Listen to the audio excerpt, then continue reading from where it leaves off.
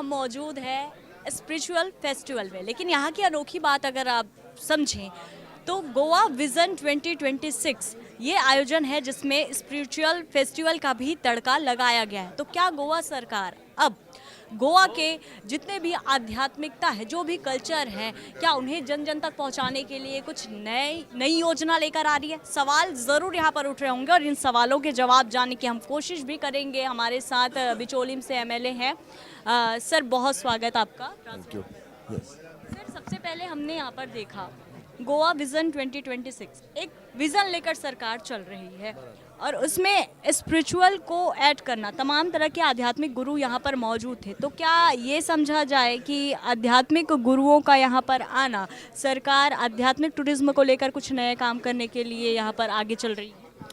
देखो, हमारी जो सरकार है under the leadership of doctor Pramod Sawant ji और हमारे टूरिज्म मिनिस्टर रोहन खौटे, हम हर बार प्रयास करते हैं कि हमने हमारा जो टूरिज्म मिनिस्टर रोज बोलता है गोवा बियॉन्ड बीचेस बोलता है, हिंटरलैंड टूरिज्म करते हैं, स्पिरिचुअल टूरिज्म करते हैं। ये खुद सरकार आगे बढ़ के आ रही है कि स्पिरिचुअल टूरिज्म होना चाहिए गोवा में।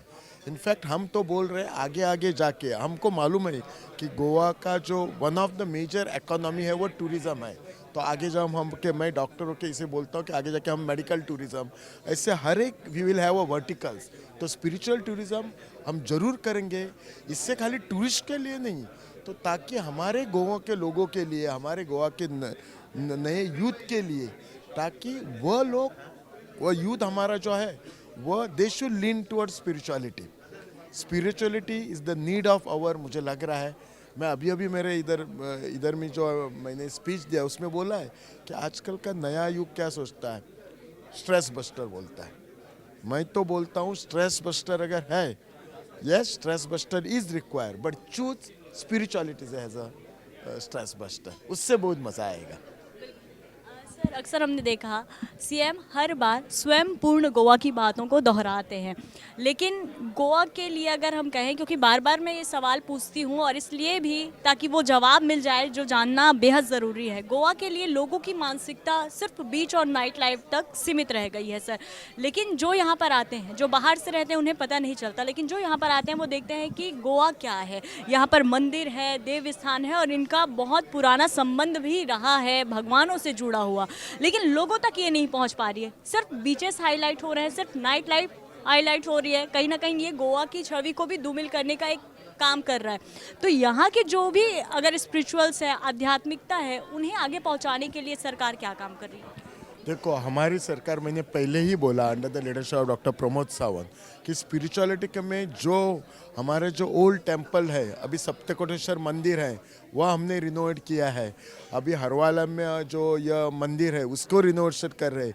कितने से टेम्पल्स वी आर ब्यूटिफाइंग, उनको हम beautifying in different way, whether infrastructure हो, लाइटिंग हो, डेकोरेशन है, through tourism development corporations, different departments है। ये क्यों कर रहे हैं? ताकि स्पिरिचुअलिटी को हम आगे लेके आए जाए। आपको लग रहा है कि गोवा मतलब बीचेस एंड नाइट लाइफ, वो था, लेकिन हमारी सरकार लास्ट 10 साल से काम कर रही है और I am sure in another 5 to 10 year Goa में खाली वही नहीं बोलेंगे। अभी गोवा में लोग थे, गोवा में बहुत से लोग ऐसे आते जो पहले आके पोंडा में जाते हैं टेम्पल देखने के लिए, पहले आते पुर्तगाल में जाते हैं, जो स्वामी हमारा है, उधर जो स्टैचू है राम का, सबसे टॉलेस्ट इन एशिया है, या हमारे सरकार के इसमें ही किया। हाँ, हालात कि वो पुर्तगाल स्वामी ने किया है, बट हमारा सरकार का भी सपोर्ट है।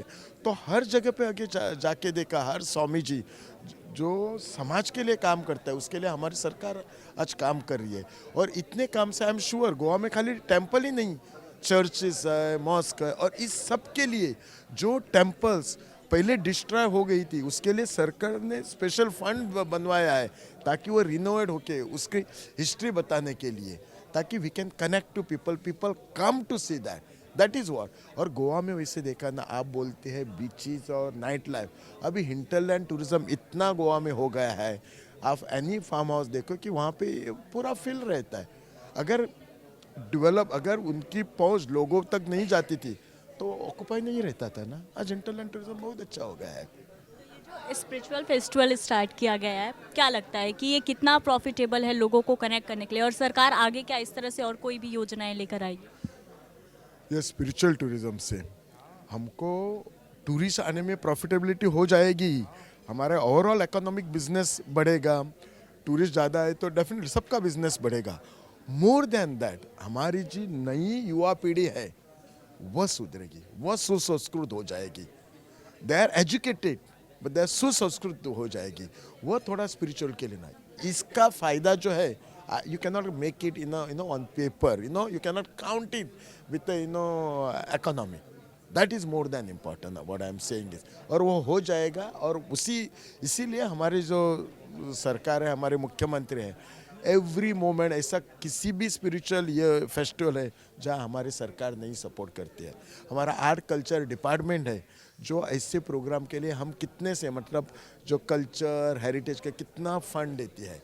तो थ्रू टूरिज़्म डेवलपमेंट कॉरपोरेशन हम टेम्पल ब्यूटिफिकेशन करने के लिए इंफ्रास्ट्रक्चर करते हैं, आर्कियोलॉजी डिपार्टमेंट से करते हैं, आर्ट एंड कल्चर करते हैं। मुझे लगता है आधे डिपार्टमेंट हमारे यही करने में लगते हैं।